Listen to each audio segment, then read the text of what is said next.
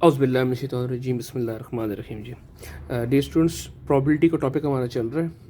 BSc की book से हम लोग कर रहे हैं, शेर मोहम्मद चौधरी साहब किताब से। हमने लास्ट लेक्चर में 6.18 तक अपना काम कर लिया था। 6.19 से ज़रा देखिएगा जी। इससे दरमियान में हम लोगों ने एक प्रूफ किया था, law of addition of probability. Okay जी, तो 6.19 का जो पहला पार्ट है वो इसी ही के मुतल्लिक़ है कि कहते हैं बताएं जी म्यूचुअली एक्सक्लूसिव इवेंट्स क्या होते हैं और उनकी प्रोबेबिलिटीज़ कैसे निकलती हैं, ये वो चीज़ है। ठीक है, ये थ्योरेटिकल पार्ट है। अगर फिर भी उसमें कोई मसला हुआ इक्वली लाइकली हम आपको बता देंगे क्या होता है।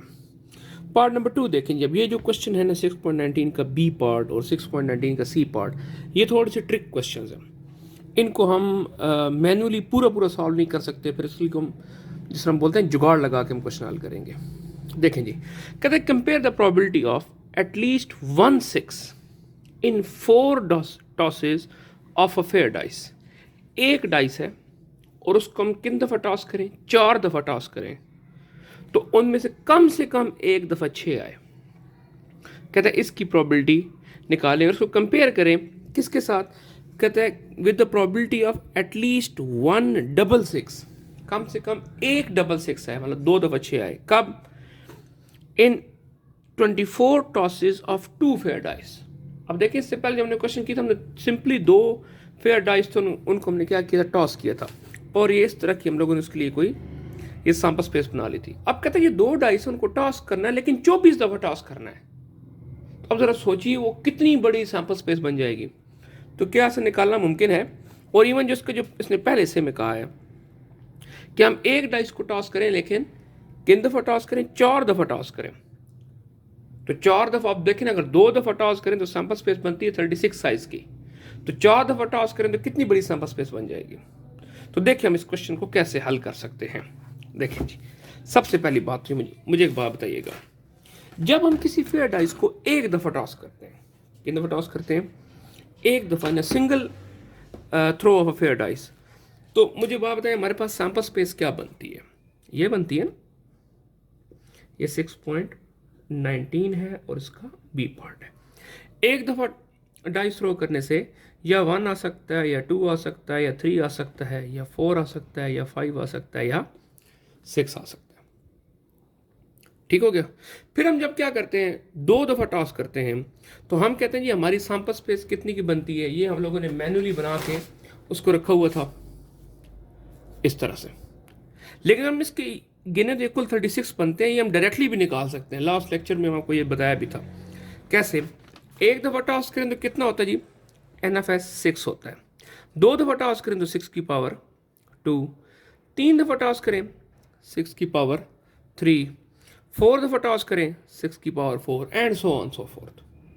तो सबसे पहले वो कहता है जी एक डाइस है, वो किन दफ़ा टॉस हो रही है? 4 टाइम टॉस हो रही है, तो NFS निकालें सिंपली। एक का आउटकम कितने होते हैं? 6। 4 दफ़ा टॉस करेंगे तो 6 की पावर 4।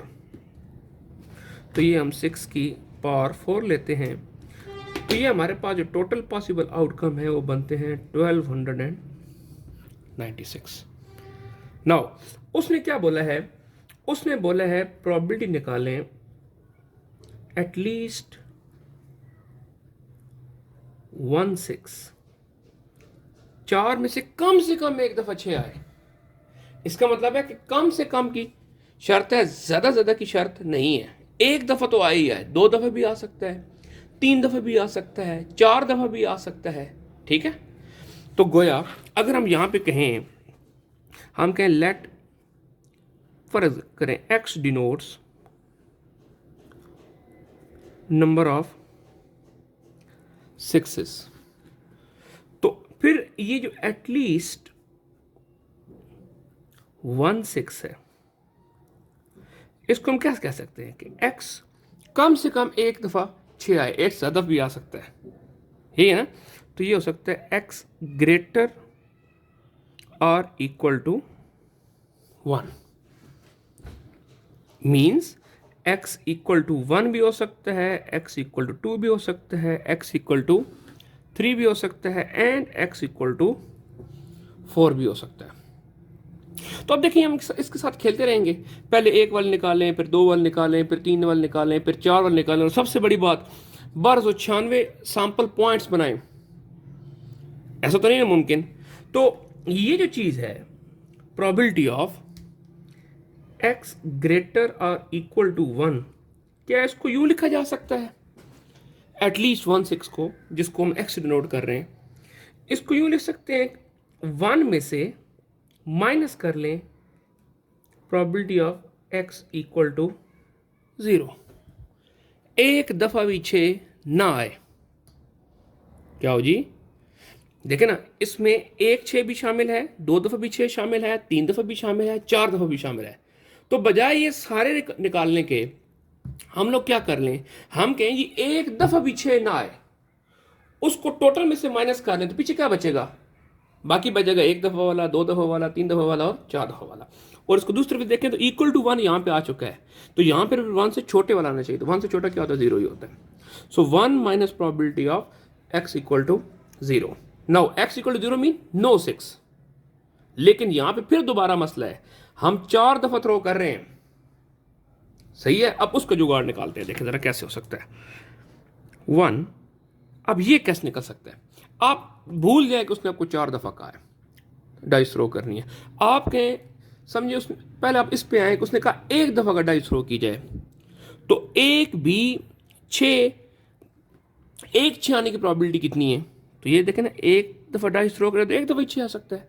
तो 1 दफा 6 आने की प्रोबेबिलिटी कितनी है? 1/6। और 1 दफा भी 6 ना आने की प्रोबेबिलिटी, मतलब 0 6 हो, तो फिर वो यहां से लेके यहां तक है ना सैंपल पॉइंट्स, 1 2 3 4 5, उनकी प्रोबेबिलिटी कितनी होगी? 5/6। ये 5/6 क्या शो कर रहा है? ये 5/6 शो कर रहा है, यहां मैं लिख भी देता हूं, ये शो कर रहा है probability of no 6 in single throw.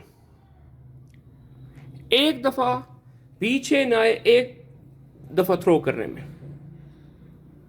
अच्छा, अब हम यहां पे इसकी वैल्यू लगाते हैं 5/6, लेकिन दोबारा मसला वही है, हमारा डाइस कितने दफा थ्रो हो रहा है? 4 दफा थ्रो हो रहा है, कोई मसला नहीं है। पावर कितनी ले लें? 4 ले लें, आसान हो गया ना। सो प्रोबेबिलिटी ऑफ एटलीस्ट 1/6, जिसको हम डिनोट किससे किया? x ग्रेटर और इक्वल टू 1 से डिनोट किया है, वो बन जाएगा 1 में से इसकी वैल्यू माइनस कर लें। तो सबसे पहले निकालें 5/6, ये बन गया। इसकी पावर ले लें 4, ये बन गई। 1 में से क्या कर लें? इसको माइनस कर लें, तो ये आपके पास आंसर निकल आएगा 0.517। ये इसको हम 0.52 भी बोल सकते हैं। अब आते हैं इसी क्वेश्चन के स्टेटमेंट, एक स्टेटमेंट का जो दूसरी प्रोबेबिलिटी हमने क्या करनी, कंपेयर करनी है। वो कहता है at least 1/6 in 24 tosses of a fair dice, of a pair of a dice. ये जनाब अगर हम क्या कर रहे हैं जी, एक क्या हो हमारे पास 666 आए इन 24 टॉसेज ऑफ 2 फेयर डाइस और पेयर ऑफ अ डाइस। अब सबसे पहले तो हम क्या काम करेंगे, हम कहेंगे 24 को तुम्हारे ने गोली। पहले तो हम कहते हैं हम 1 दफा टॉस करें ना, हमारे लिए वही बहुत बड़ा अजाब है। तो हम देखिए उसको हम कैसे हल कर सकते हैं, जरा देखिएगा। जब 1 दफा हम पेयर ऑफ डाइस या डबल डाइस या 2 डाइस थ्रो करते हैं, तो ये हमारे पास क्या होता है? सैंपल स्पेस होता है, ऐसे ही है। अब मुझे बात बताएं, यहाँ पे 666 कहाँ पे आ रहा है जिसमें दोनों पीछे हो? तो वो यहाँ पे आ रहा है। हो गया, यहां तक हो गया। तो अब देखिए हमारा क्वेश्चन किस तरह हल होगा।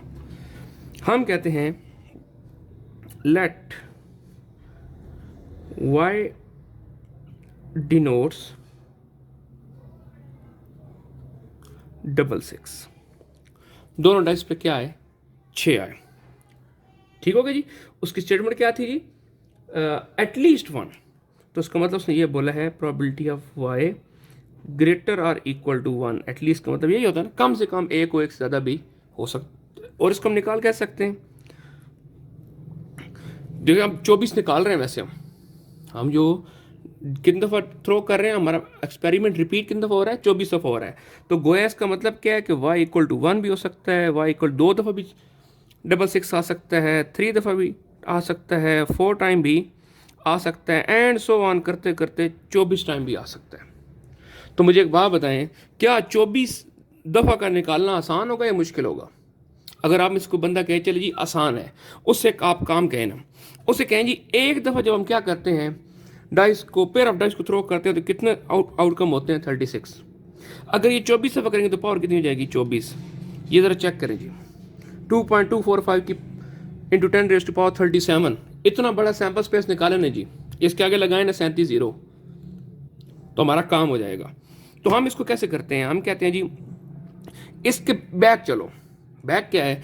टोटल में से इसके अलावा वाले माइनस कर लो, पीछे ये निकल आएंगे। कौन सा कंसेप्ट है?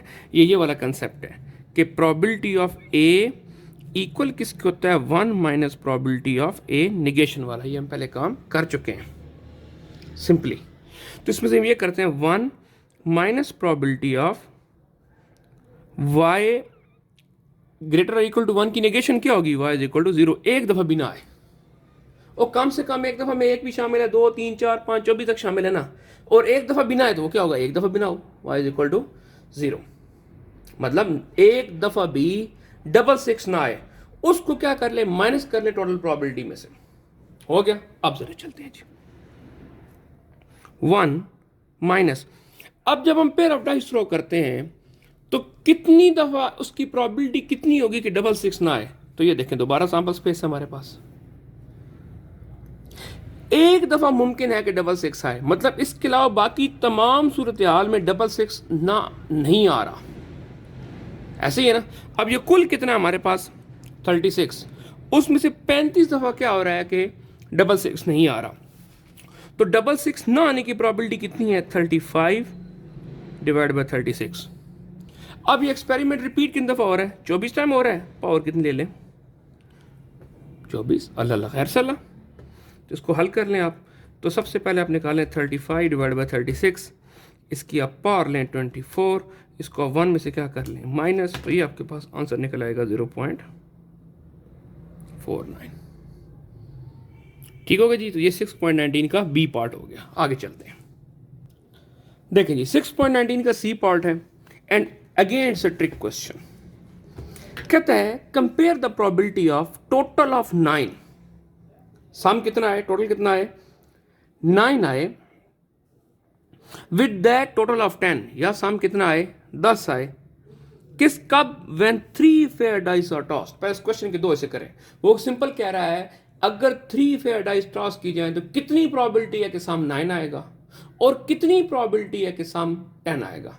अब दोबारा पहले जरा देखते हैं। आपने सबसे पहले किसी क्वेश्चन में ये देखना है कि इस क्वेश्चन में मसला क्या क्या है, क्यों मुश्किल है। अगर आपको ये समझ आ गया इस क्वेश्चन में क्या मुश्किल है, तो फिर अगला काम आप लोगों के लिए आसान हो जाएगा। ये देखें जी, सबसे पहले अगर हम क्या करें, एक डाइस को 3 दफा क्या करें? रोल करें, या 3 डाइस इकट्ठी रोल करें, तो देखें मेरे पास सैंपल स्पेस क्या बन सकती है। मैं एन ऑफ एब्स्ट्रैक्ट निकालता हूं, 6.19 का सी पार्ट। देखें एक दफ़ा जब हम रोल करते हैं तो आउटकम कितने होते हैं? 6। 3 दफ़ा रोल करेंगे तो पावर कितनी हो जाएगी? 3। लें जी, 6 की पावर 3, ये बन गया 216। अब ये भी हमारे लिए ज़िंदगी में मुमकिन नहीं है कि हम अपनी सारी दुनिया छोड़ दें और ये 216 सैंपल स्पेस बनानी शुरू कर दें। फिर अब ज़रा इसको चेक करते हैं। हम इसके लिए आपको एक टेबल बनाना सिखाते हैं कि टेबल के ज़रिए आप कैसे हल कर सकते हैं। वैसे ये जो टेबल जो भी बनाने लगे हैं ना, ये आपको सैंपल स्पेस बनाने में भी हेल्पफुल हो सकता है। हम काम क्या करते हैं, देखें हम पहले 2 डाइसिस का सम निकालेंगे कि मुमकिन तौर पर क्या क्या सम आ सकते हैं, फिर उसके साथ हम किसको ऐड कर लेंगे? तीसरी डाइस के सम को ऐड कर लेंगे। देखिए कैसे। मुझे एक बात बताएं, जब हम पहली डाइस को रोल करें तो मेरे पास क्या क्या मुमकिन हो सकता है? 1 आ सकता है, 2 आ सकता है, 3 आ सकता है, 4 आ सकता है, 5 आ सकता है, या क्या आ सकता है? 6। ऐसे ही। ओके।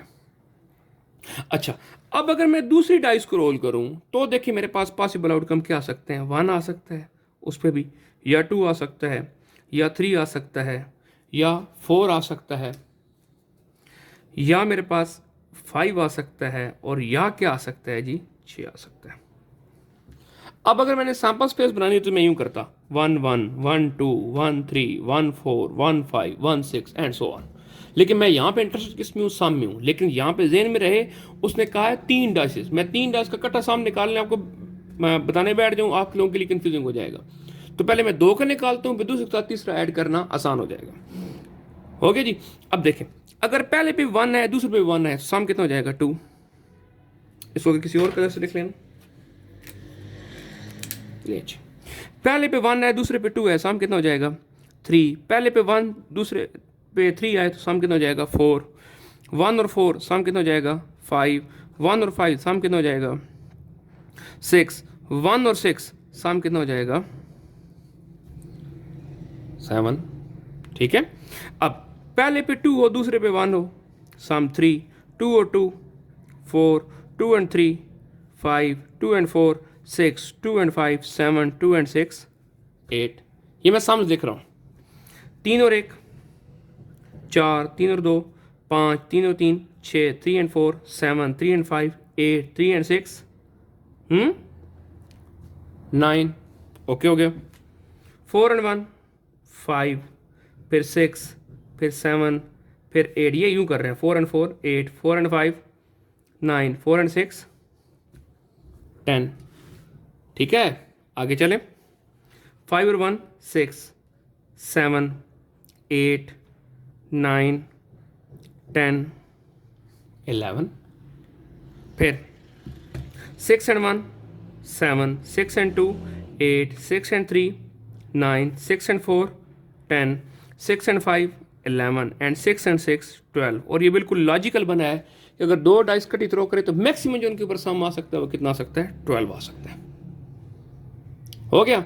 अब इन सम्स के साथ मैं तीसरे डाइस को ऐड करता हूं और मैं देखता हूं मेरे पास सम कहां कहां 9 आ सकता है। उसने क्या बोला है कि प्रोबेबिलिटी निकाले, अगर 3 डाइस रोल करें तो कितनी प्रोबेबिलिटी का सम कितना है 9 आए।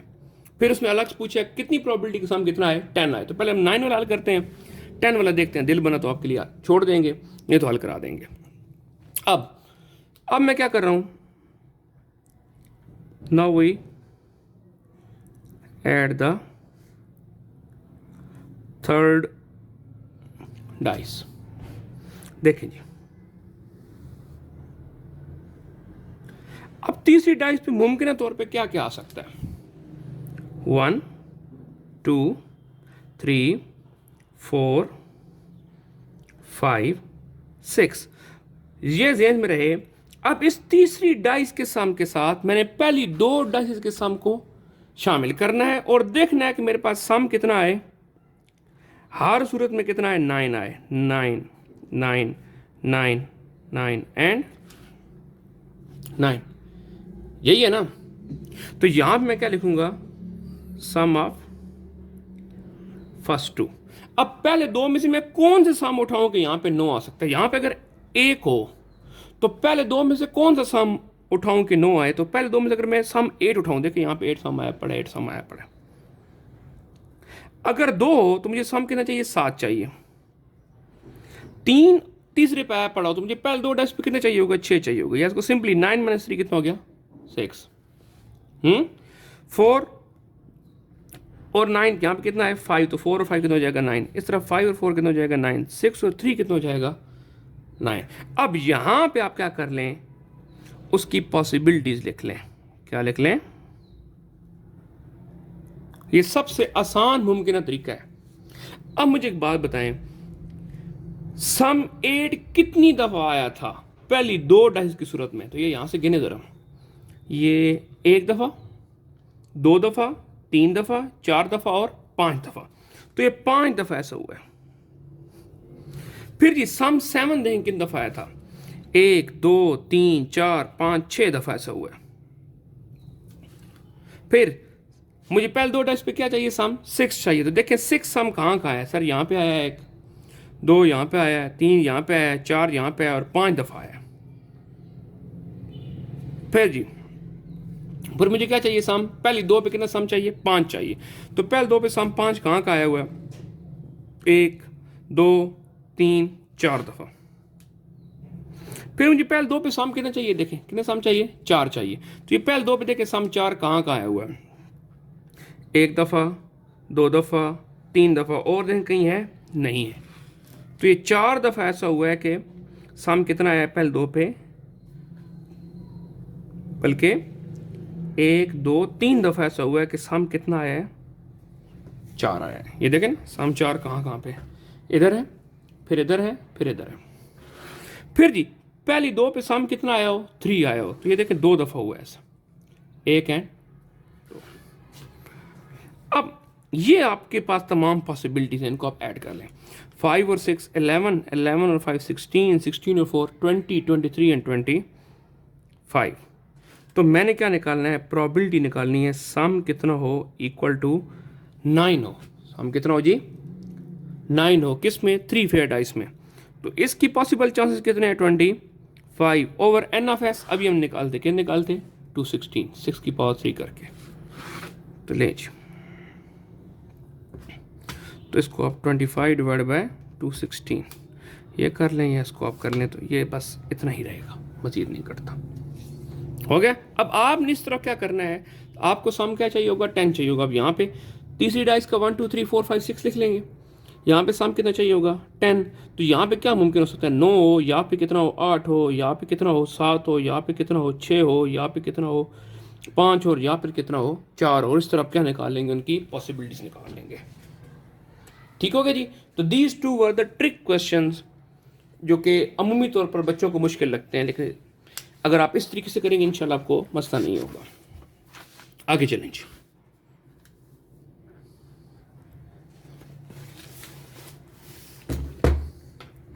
सिक्स 6.20 का ये पार्ट हम आपको करा चुके हैं। वो जो जिस लेक्चर के अंदर हमने आप लोगों को बताया था कि प्लेइंग कार्ड्स कितने होते हैं, किंग होता है और क्वीन होता है और 4 फैमिलीज होती हैं और उसमें 2 फैमिली रेड होती हैं, 2 ब्लैक होती हैं, वो आपको मुझसे ज़्यादा आता होगा। ओके जी, 6.20 का बी पार्ट देखें। कहता है set of 8 card contains 1 joker. 8 card हैं, उनमें 1 जोकर है, ठीक है, जिसके ऊपर जे लिखा हुआ होता है। A set of 8 card contains 1 joker. A and B are 2 players.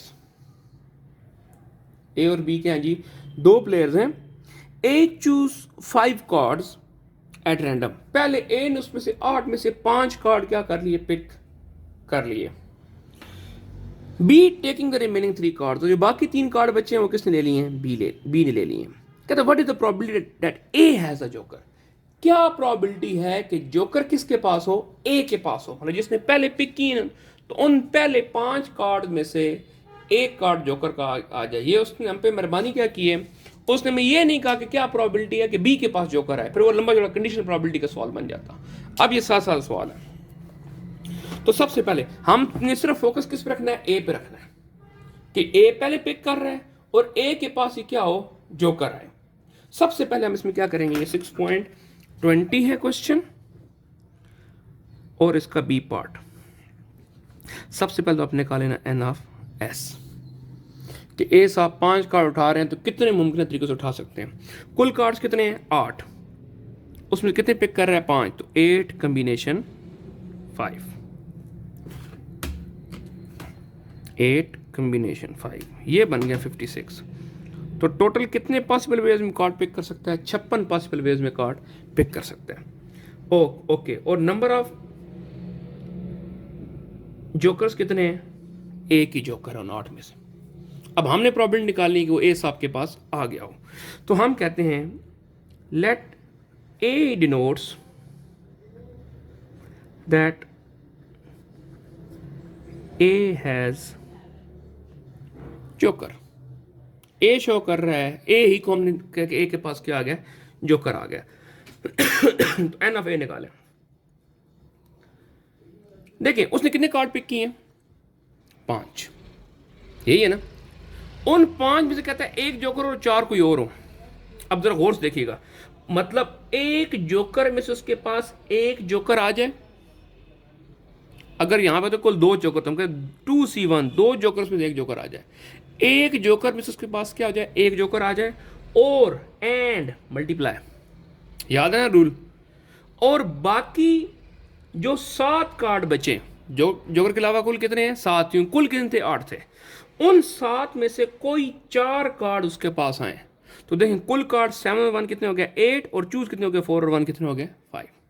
तो देखिए 1C1 तो कितना हो गया 1, और 7C4 देखें कितना बनता है 7 कम्बिनेशन 4, ये हमारे पास बन गया।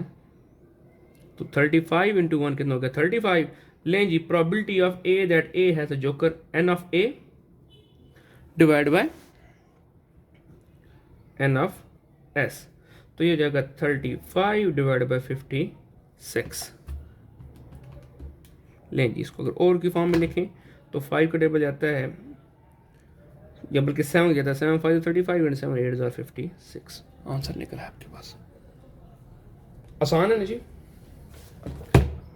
आगे देखें जी, नाउ जी 6.21 वाले जी बड़े टिपिकल से सवाल हैं मुकाबले के इम्तिहान में, बीएस के एग्जाम में, ये जो अप्लाइड स्टैट्स पढ़ रहे होते हैं अक्सर उनके पास ये क्वेश्चन आते हैं 6.21 एंड 6.21 के ए और बी दोनों पार्ट्स के ऊपर। अल्लाह आपका भला करे, कहीं लिख लें, इंपॉर्टेंट क्वेश्चन है, ठीक है। और इस किस्म के क्वेश्चन अक्सर आते हैं।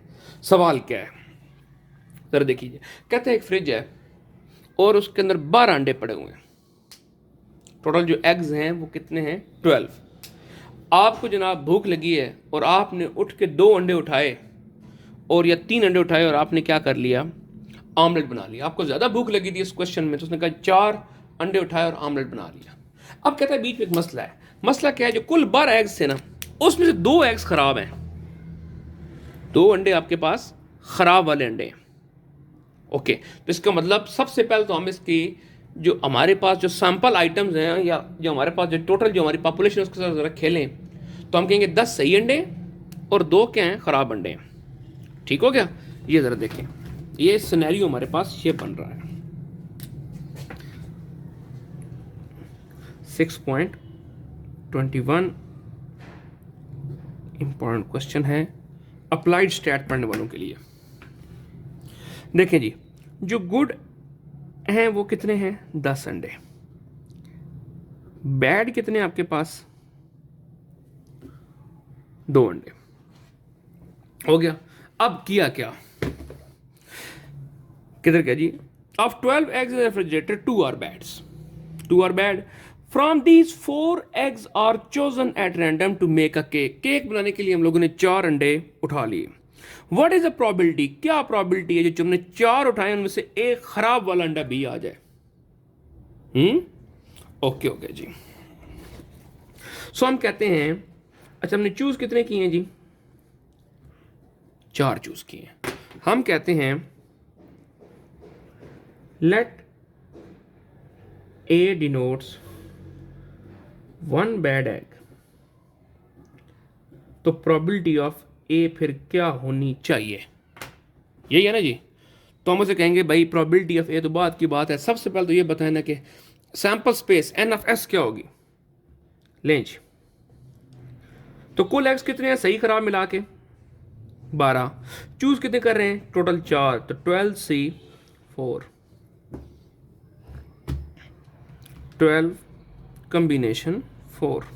तो हम 495 डिफरेंट वेज में अंडे चूज कर सकते हैं।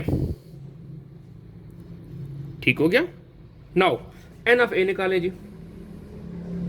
कहता है जी वो जो 4 अंडे चूज किए उनमें से एक खराब हो, मतलब 2 खराब अंडों में से एक अंडा आए और जो बाकी 10 अंडे हैं उनमें से कोई से 3 अंडे आए। देखिए ऊपर 2C1 10C3 कॉम्बिनेशन के ऊपर 2 है और इधर कितना है 10, तो कुल कितने बन गए 12। उसमें चूज कितने हो रहे हैं, एक ये और 3 ये, 4। 2 खराब में से एक आए 2C1 और 3 अंडे 10 सही वालों में से आए। तो 2C1 देख ले 2 ही होना चाहिए, 2 कॉम्बिनेशन 1 2 एंड 10C3, तो ये हमारे पास होता है 120, तो 122 से मल्टीप्लाई करें तो ये हमारे पास 240 आ जाएगा। निकालें जी प्रोबेबिलिटी ऑफ ए, क्या होगा n of A divide by n of S. तो एन ऑफ ए कितना है 240, एन ऑफ एस कितना है 495। अल्लाह अल्लाह खैर सलाज। इसको और की फॉर्म में लिखें तो 16/33। हर 33 में से 16 दफ़ा चांस है कि आप जनाब 4 में से एक अंडा ख़राब चुन लेंगे अगर कुल 2 अंडे ख़राब हों आउट ऑफ 12। ओके ओके जी। अब इसी का 6.21 के ए पार्ट का दूसरा हिस्सा है, ये हमने पहला हिस्सा कर लिया। दूसरा हिस्सा कहता है एटलीस्ट वन इज बैड, कम से कम एक बैड हो। अब दोबारा एटलीस्ट वाली कहानी आ गई है। अब ये देखो, ये मैं क्वेश्चन आपको दोनों तरीकों से हल करके दिखाता हूँ। एक जिस तरह मैंने पिछला क्वेश्चन हल किया ना, ग्रेटर इक्वल वाला, एक उस तरीके से और एक सीधे तरीके से हल करके दिखाता हूँ। पहले आपको जरा सीधे तरीके से हल करके दिखाता हूँ। कम से कम एक खराब का मतलब क्या है? एक भी खराब हो सकता है, एक से ज्यादा भी खराब हो सकते हैं। तो आप सोचेंगे सर हमारी रेंज क्या है? मैक्सिमम 2 अंडे खराब हो सकते हैं, क्योंकि कुल हैं ही कितने खराब? 2 अंडे खराब है। तो मैं यहाँ पे हम कहते हैं लेट, चलें जी, एक्स डिनोट्स, चलें जी B denotes at least 2 bad eggs, oh sorry, at least 1 bad egg, yes नहीं है। तो देखें जी, n ऑफ b निकालें जी। इसका मतलब क्या है? एक या एक से ज्यादा दोनों हो सकते हैं, ठीक है। अगर एक खराब हो तो वही ऊपर वाला केस कि 2 खराब में से एक खराब आए और 10 सही में से कितने आए? 3 आए। हो गया। या ऐड 2 खराब में से 2 खराब आ जाएं तो गोया बाकी 10 सही में से फिर कितने आएंगे? 2 ही आएंगे। कुल चूज कितने करने हैं? मिला के हमने 4 चूज करने हैं। तो देखिए जहां पे एंड आ रहा है वहां मैं क्या लगा रहा हूं? मल्टीप्लाई। और यहाँ पे और या आ रहा है वहां पे हम क्या लगा रहे हैं? प्लस लगा रहे हैं। तो 2c1 कितना हो गया? 2, 10c3 अभी हमने ऊपर किया था, कितना हो गया? 120 प्लस दोबारा देखें जी 2c2 भी 2 ही होना चाहिए, 1 हो गया जी। एंड देखें जी 10c2 क्या होगा जी? 45। तो ये जी मेरे पास हो गया 240 प्लस 45, तो ये हो गया 285। अब इसी का मैं प्रोबेबिलिटी निकालूं तो इसकी प्रोबेबिलिटी क्या बन जाएगी? एन ऑफ बी, और वो मेरे पास कितना है? 245, और एन ऑफ एस तो वही है ना, 495। इसको हल कर लें तो सॉरी 285, तो 285 डिवाइड बाय 495, इसको और की फॉर्म में लिखें तो ये बन जाएगा 19/33 आंसर निकल आएगा। ठीक हो गया जी। अच्छा, अब एक इसके साथ इसी में से एक क्वेश्चन हम आपके लिए छोड़ते हैं। हम इसमें आपको नंबर नहीं बताएंगे, सिंपल आपसे एक सवाल है, स्टेटमेंट आपने यहीं से सुन के लिख लेनी है, उसको हल करने की कोशिश करनी है कि हम लोगों ने ऐसी फ्रिज खोली, ऐसे ही 10 अंडे ठीक हैं, 2 अंडे खराब हैं, हमें नहीं पता कौन से खराब है और कौन से ठीक हैं, तमाम अंडे चूज होने की प्रोबेबिलिटी इक्वली लाइकली है। हमने 4 अंडे चूज किया, हम केक नहीं बना, चले जो आमलेट बना रहे हैं, निकालें प्रोबेबिलिटी कि आपका आमलेट सही बनेगा। पहला केस, आप 4 अंडे चूज करें, व्हाट इज द प्रोबेबिलिटी कि आपका आमलेट सही बनेगा। Second, what is the probability कि आपका आमलेट खराब बनेगा। ये 2 काम आपने करके दिखाने हैं। अब आपने खुद सोचना है कि आमलेट सही से मुराद क्या है, कितने अंडे उसमें सही और कितने खराब हो तो आमलेट सही बनेगा, और आमलेट खराब से मुराद क्या है, कितने अंडे कम से कम खराब हो तो आमलेट आपका खराब हो सकता है। ठीक हो गया जी। आगे चलें, आगे चलते हैं जी। इसी का 6.21 का हमारे पास बी पार्ट है। अल्लाह करे ये मुझे ना आता हो, आप लोगों को आता हो। कहता जी a certain carton of egg has 3 bad and 9 good eggs. वाह जी वाह, 3 खराब अंडे हो गए और 9 के हैं जी ठीक अंडे हैं। An omelette is made of 3 eggs randomly chosen from the carton. हमने उसमें से 12 अंडों में से हमने 3 अंडे चूज किए, जिसमें से 9 ठीक थे और 3 क्या थे? खराब थे। What is the probability there is क्या? नो बैड एग, कोई भी खराब अंडा ना आए। नंबर 2, एटलीस्ट 1 बैड एग, कम से कम एक अंडा क्या है? खराब आए। एंड आगे क्या है जी? Exactly 2 bad eggs in the omelette, कि कम से कम 2 खराब, नहीं एग्जैक्टली 2 एग्स खराब आप चूज कर लें। तो ये बिल्कुल उसके ऊपर वाले के साथ क्या डिटो कॉपी है, ये आप लोगों ने खुद करना है। आगे देखिए 6.22 में क्या कहता है जी? ये भी फिर अच्छा क्वेश्चन है, ट्रिक क्वेश्चन है। 6.22 कहता है जी an integer is chosen between 3 and 12 inclusive at random. हमने एक इंटीजर चूज किया, एक नंबर चूज किया, कहाँ से कहाँ के दरमियान, 3 से लेकर 12 के दरमियान, और साथ में इंक्लूसिव लिखा हुआ मतलब 3 भी शामिल है और 12 भी शामिल है। तो सबसे पहले हम सैंपल स्पेस करते हैं कि आइटम, हम सिंपल चूंकि एक नंबर चूज करना है ना, तो हमें कम्बिनेशन वगैरह लगाने की जरूरत भी नहीं है। तो हम यहाँ पर देखते हैं एस, हमने चूज कहाँ से करने हैं, 3, यहीं लिख लेते हैं, 3 4 5 6 7 8, 3 से लेकर 12 तक, 9 10 11 एंड 12, 3 भी शामिल हो गया, 12 भी शामिल हो गया। एक ही चूज कर रहे हैं तो 3 भी एक दफ़ा आ सकता है, 4 भी एक दफ़ा आ सकता है, 5 भी एक दफ़ा आ सकता है। सो एन ऑफ एस 1 2 3 4 5 6 7 8 9 10, आसान हो गया ना। नो, प्रोबेबिलिटी क्या निकालनी है हम लोगों ने? प्रोबेबिलिटी ये कहता है what is the probability it is even number, कितनी प्रोबेबिलिटी है कि क्या हो, इवन नंबर हो। तो देखिए जी, late E denote ji even,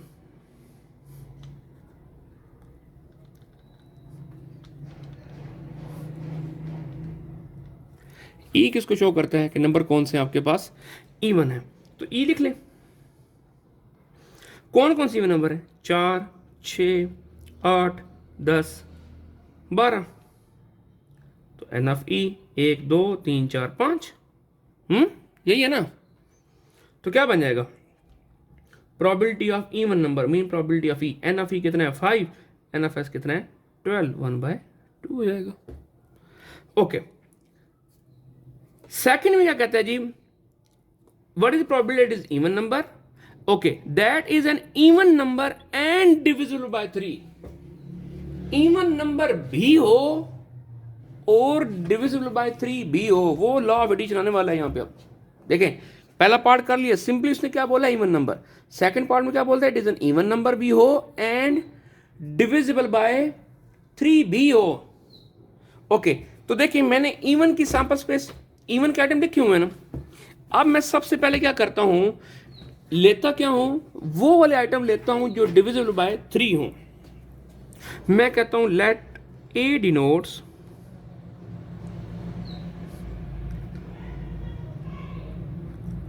divisible by 3, एक इसको शो करता है जी 3 से डिविजिबल हो।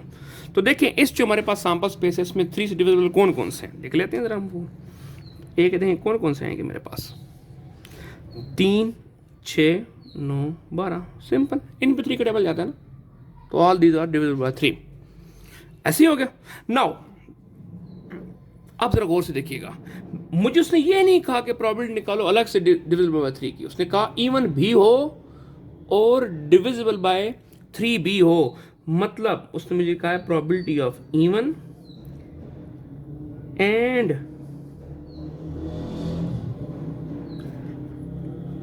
डिविजिबल बाय 3, तो गोया probability of even and intersection दोनों कॉमन हो ना, और ई वाली चीज है कॉमन, इवन वाली और 3 से डिविजिबल वाली दोनों क्या हो, कॉमन, तो वही एंड में आ जाएंगे केस।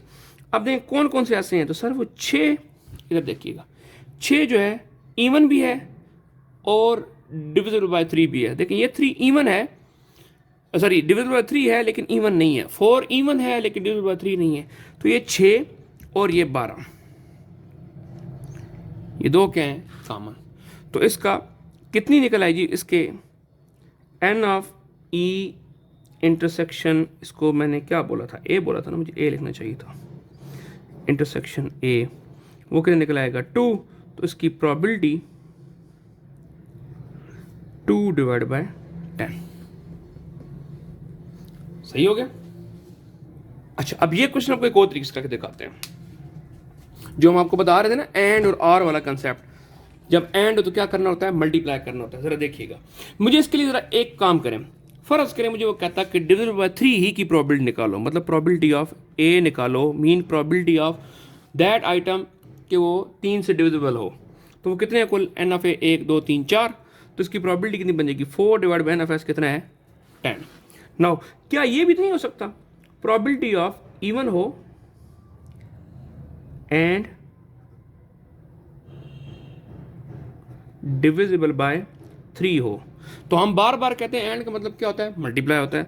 तो गोया ये कह सकता हूं कि probability of even multiply by probability of divisible by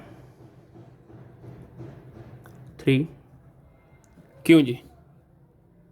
अब देखें, प्रोबेबिलिटी ऑफ इवन हमने ऊपर निकाली है, कितनी है, 1/2, और ये डिविजिबल बाय 3 की आपको अलग से निकाल दिखाइए, कितनी है, 4/10। तो ये बन जाएगा 4 डिवाइड बाय 20, या ये कितना बन जाएगा, 1 डिवाइड बाय 5। और इसको हल करें अगर आप 2 डिवाइड बाय 10 को, तो ये भी कितनी बनती है, 1/5। तो जो आपको तरीका खुद शायद आपने उस तरीके से इसको हल कर देना है। सही हो गया। 6.22 का बी पार्ट देखते हैं जी। ओके, 6.22 का बी पार्ट है, again it's a trick question है। जब मैं कहूं ट्रिक मतलब मुश्किल है। देखिए जी, 3 distinct integers are chosen at random from the first 20 positive integers. हमने पहले 20 पॉजिटिव इंटीजर्स में से 3 नंबर्स हमने क्या किए, चूज किए। कहता है compute the probability that number 1 their sum is even and number 2 their product is even. तो पहले सम वाला करते हैं, फिर प्रोडक्ट वाला बाद में करते हैं। तो पहले वो क्या कह रहा है कि हम क्या करें जी, 3 नंबर चूज करें, कितनी प्रोबेबिलिटी है कि उन तीनों को ऐड करें तो जवाब क्या आएगा, इवन नंबर आएगा। तो हम कहेंगे सर जी वो तो है ना बात की बात, पहले तो जरा हम अपनी कहानी पूरी करें ना हम लोग। पेज भी खत्म हो गया। देखें जी कि जरा टोटल नंबर हमारे पास कितने हैं, 20 हैं। अगर 20 हो, आधे इवन होंगे आधे ऑड होंगे, तो इसमें से इवन कितने होंगे, 10। ऑड भी कितने होंगे, 10। देखें ना, सम तो बाद में बताएंगे ना, इवन ऑड पहले खुद तो पता ना है खुद कितने इवन और कितने ऑड है। अब दूसरा काम, सबसे पहले हम क्या निकालते हैं, एन ऑफ एस। क्या निकालते हैं जी? अब कुल 20 में से चूज कितने करने हैं, 3 चूज करने हैं, तो 20C3। पिछले पार्ट में हमें ये काम करने की जरूरत क्यों नहीं पड़ी, हम एक ही चूज कर रहे थे। तो 20C3 करके देख लीजिए जरा जी, 20 कॉम्बिनेशन 3, तो ये हमारे पास बन गया 1140। नाउ हमने प्रोबेबिलिटी निकालनी है सम इज ऑड। अब याद रखिएगा जी, बल्कि इसमें याद रखने क्या बात है, कॉमन सेंस की बात है। 3 नंबर्स का सम इवन कब हो सकता है, या वो तीनों क्या हो, इवन हो। फॉर एग्जांपल देखें 2 4 6 तीनों क्या है मेरे पास, इवन। ऐड करें 4 2 6 और 6 12। या अगर एक भी ऑड हुआ और 2 इवन हुए तो सम आपके पास ऑड बन जाएगा। मिसाल तो आप यूं चूज करते हैं 1 5 और 6, 2 ऑड है और एक क्या है, इवन है। तो ठीक है जी, तो ये देखें 5 और 1 6 और 6 कितना हो गया, 12। लेकिन अगर आपने यूं चूज कर लिया ना, एक ऑड हो सिर्फ और 2 इवन हो, फॉर एग्जांपल 2 और 4 इवन है और एक आपने क्या चूज कर लिया, ऑड चूज कर लिया। अब आपके पास सम इवन नहीं बनने वाला, 4 2 6 और 1 7। तो देखेंगे आपके पास सम जो इवन उसने इवन बोला है कि ऑड बोला है, किधर गया जी, 6.22 सम इज इवन, सॉरी हाँ we are looking for even. तो ये 2 सूरतों में आ सकता है, या ये हो सकता है कि ऑल 3 क्या हो, इवन हो, ठीक है, या क्या हो सकता है कि 2 ऑड हो एंड एक क्या हो, इवन हो। ओके जी, हम कहते हैं let A denotes sum is even. एक इसको शो कर रहा है कि सम क्या है, इवन है। अब जरा गौर से देखिएगा, तो एन ऑफ ए मैं कैसे निकालूंगा। मैंने क्या कहा, इवन सम तब हो सकता है कि तीनों इवन हो। मतलब अब देखें कुल इवन कितने थे, 10 थे, तो मतलब 10 के 10 इवन में से हम तीनों चूज कर लें और बकाया 10 ऑड में से एक भी चूज ना हो। या ऐसे हो सकता है, ये वो कम्बिनेशन वाली नहीं है, ये सिंपल ब्रैकेट लगा रहा हूं मैं, ठीक है, आप कंफ्यूज मत होइएगा। या क्या हो सकता है कि दो ऑड है और एक क्या है, इवन है, मत सॉरी, हाँ बिल्कुल, दो ऑड है और एक क्या है, इवन है। तो 10 इवन में से एक इवन आए और एंड मल्टीप्लाई 10 ऑड में से दो चूज हो जाए, तो ये दो मुमकिन सूरत हाल है, आपके पास साम क्या बनेगा, इवन बनेगा। नाउ अब इसको हल कर लें तो देखिएगा जी, 10 कम्बिनेशन 3 ये बन गया 120 और 10 से 0 क्या होता है 1। फिर इस तरह जी 10C1 ये हो गया 10 मल्टीप्लाई बाय 10 कम्बिनेशन 2, 10 कम्बिनेशन 2 कितना होता है 45। तो 120 इंटू 1 120 और ये कितना हो गया 450। भला करना है, पहले मल्टीप्लाई करना है फिर ऐड करना है। तो ये 120 प्लस 450 तो ये आपके पास हो गया 570। तो प्रोबेबिलिटी ऑफ ए निकालें जी, n of A 570 over n of S 1140 लें जी। तो 570 डिवाइड बाई 1140 0.5, ये 1/2 टाइम चांस बन गया, हो गया। नाउ अब इसका जो उसने दूसरी बात ने कही है इसी बी पार्ट में, वो कहता है जी प्रोडक्ट क्या हो, इवन हो। किधर गए जी, देयर प्रोडक्ट इज इवन। अब हम देखते हैं कि प्रोडक्ट इवन से क्या मुराद है। देखें जी, देखें जरा एक मिनट के लिए रुकें। हम क्या करते हैं, हम देखते ये हैं कि यार वैसे हम कितने तरीके में चूज कर सकते हैं। या ये हो सकता है ना कि तीनों क्या हो, इवन। या क्या हो सकता है कि दो इवन हो, कोई भी दो इवन हो और एक क्या हो, ऑड हो, तरतीब जो मर्जी हो, मतलब कॉम्बिनेशन लगानी है, परम्यूटेशन नहीं लगानी। या क्या हो सकता है दो ऑड हो और एक क्या हो, इवन हो। और या क्या हो सकता है कि तीनों क्या हो, ऑड हो। तीनों इवन, दो इवन एक ऑड, कोई से दो ऑड और एक इवन, या तीनों क्या हो, ऑड हो। ये मुमकिन सूरत हाल हो सकती है। अब जरा देखें मजे की बात क्या है, अगर तीनों इवन हो तो हमारे पास जवाब इवन आएगा। फॉर एग्जांपल एक नंबर है 2, एक है 4, एक है 6, इनको मल्टीप्लाई करें तो 6 4 24 और 2 48। अगर दो इवन हो 2 4 और एक क्या हो, ऑड हो, तो 4 2 8 8 5 40, तो भी जवाब कितना, प्रोडक्ट क्या आ रही है, इवन आ रही है। यहाँ प्रोडक्ट मल्टीप्लाई करना है। अगर दो ऑड हो 3 5 और एक क्या हो, इवन हो, 3 5 15 15 2 30। और अगर तीनों ऑड हो तो let's suppose 3 multiply by 5 multiply by 7, तो 5 3 15, 15 को 7 से मल्टीप्लाई करें तो 105। तो ये देखें एक सूरत बनी है जिसमें प्रोडक्ट ऑड आ सकती है। वो कब आ सकती है कि अगर तीनों क्या हो, ऑड हो।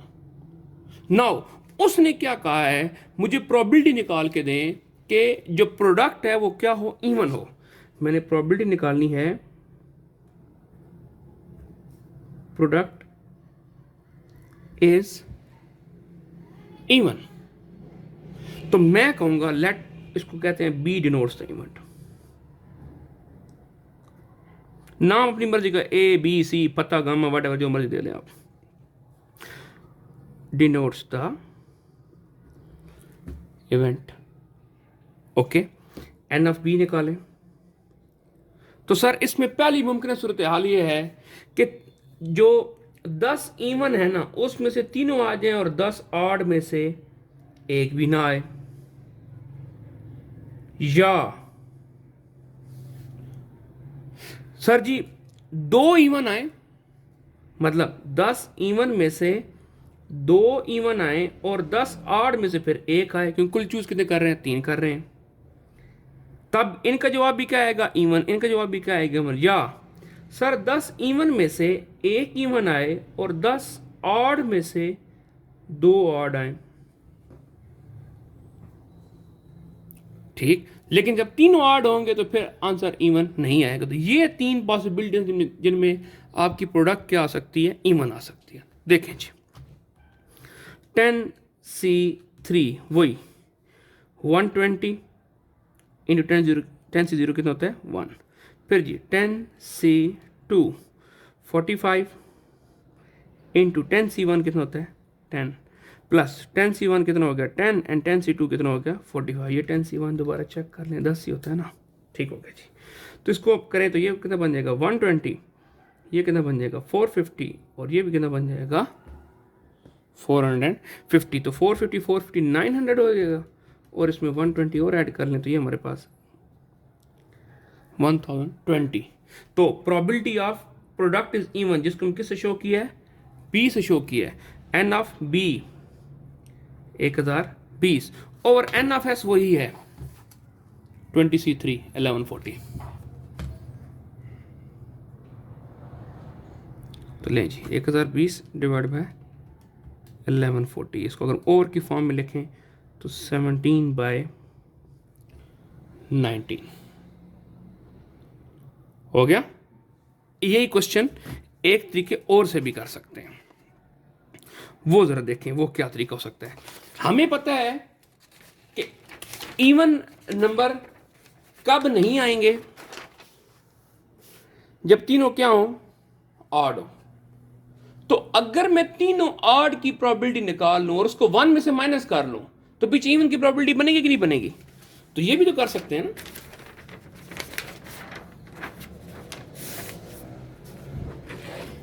इसको हम यूं भी लिख सकते हैं, इधर देखिएगा probability of product is even, इसको लिख सकते हैं 1 minus probability of product is